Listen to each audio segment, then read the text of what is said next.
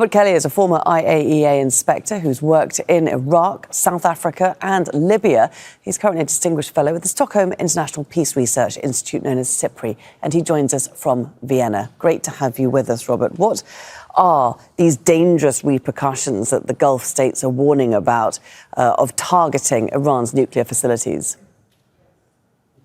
Good afternoon, Laura. There are really no great concerns about targeting the facilities they've been targeting. They're releasing uranium or uranium powders, which have a very soft radiation, won't be detected at any great distance. So when you see that there are reports that there are no increases of radiation in the area, that's exactly what you expect, even if all of the uranium in these plants is released. It's not a lot of material, and it doesn't have a long-range penetrating radiation. The one thing you'd be concerned about is that people would inhale it or ingest it in some way. If you get it inside your body, it's a chemical poison, and the people in the factories will have to use protective clothing. The people in the factories will look just like people did during COVID, putting on gloves, hats, gowns, and then be very careful how they disrobe. Okay. But I think you're going to ask now about Bushehr, right? Well, yes, that's what I wanted to get onto, because I presume what you're talking about there are the enrichment facilities, such as Natanz, which has been attacked an awful lot over the past week. But yes, the Gulf states, of course, are worried about Bushehr, first of all, because it's very close to the Gulf states, being just over the edge of the Persian Gulf, but also because of its nature. Can you explain that to us? I think the thing you need to understand about Bushehr is there are two large reactors there. One is still under construction, and the other has been operating for years. And it would be very dangerous if it were hit with a bomb or the cooling systems are interrupted. You might get an accident on the scale of Fukushima, where the reactor would melt down inside its building and maybe release small amounts of gas to the environment. You remember, nobody was killed at Fukushima, and the radiation didn't go very far. But what people don't seem to be understanding is Bushehr is a town. Bushehr is a place. And if somebody attacks the town of Bushehr, it may not be the reactor. So when people are saying they're attacking Bushehr or attacking the reactor at Bushehr, it could be the one that's not finished yet.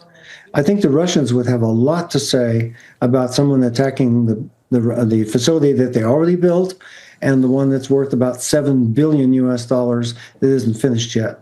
So I think Israel has to take the Russians into account in this case too. Absolutely. And it should be noted that on Thursday, Israel very quickly retracted a military spokesman's statement saying that it had hit the Bushehr nuclear site, and it said that this actually was not the case. I suppose the Gulf states, again, are concerned, aren't they, because of the potential of leakage into the Persian Gulf, which directly feeds the water supplies of places like Qatar here, the UAE and Bahrain. Is that a fair fear? I honestly don't think so. If this reactor were hit, and as you can see, these reactors are extremely tough, so the reactor could melt down inside its containment, which it's designed to do in certain accident situations. The idea that very much of the material inside is going to get out is actually pretty small. And so I think people are maybe obsessing too much.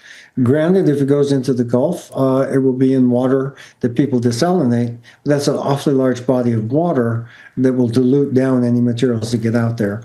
I think it's an overstated problem. Okay. And going back to the town, remember, if people say they hit the reactor at Bushehr, it doesn't mean it's the operating one.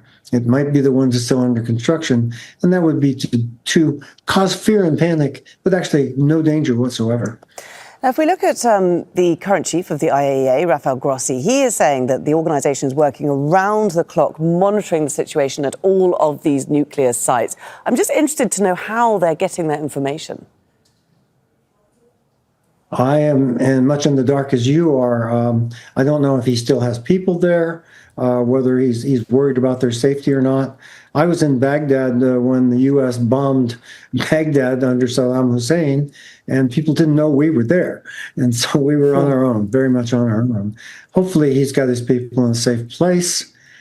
And are they in a position to send back information? I don't know. OK. Israel's, if I can broaden this out just a little bit, because Israel's aim, of course, one of its stated aims is to finish Iran's nuclear program. Do you think that is feasible militarily? There's an alternative to bombing it. I think bombing it could go on forever, and it will just stretch out the end point. Maybe it will push Iran into a corner where they want to make a bomb. But what they need to do now is find some small steps. They don't need one big, beautiful deal. They need steps. And one of the first steps is Iran can volunteer to downblend or dilute the 60% material they've produced. They'll say, here's all the material we produce. We know you're very worried about it. We will give it to you in the form of downblended material, downblended from 60 to 20. That would be a huge step forward because 20% is a material that's in international commerce and 60 is not. After that, they could move from taking 60 down to 3 and maybe give up enrichment altogether, although you can see they don't want to do that. Indeed. OK, Robert Kelly, it's been great to speak to you. Thanks very much for taking the time to join us here on Al Jazeera. Thanks, Laura. Make sure to subscribe to our channel to get the latest news from Al Jazeera.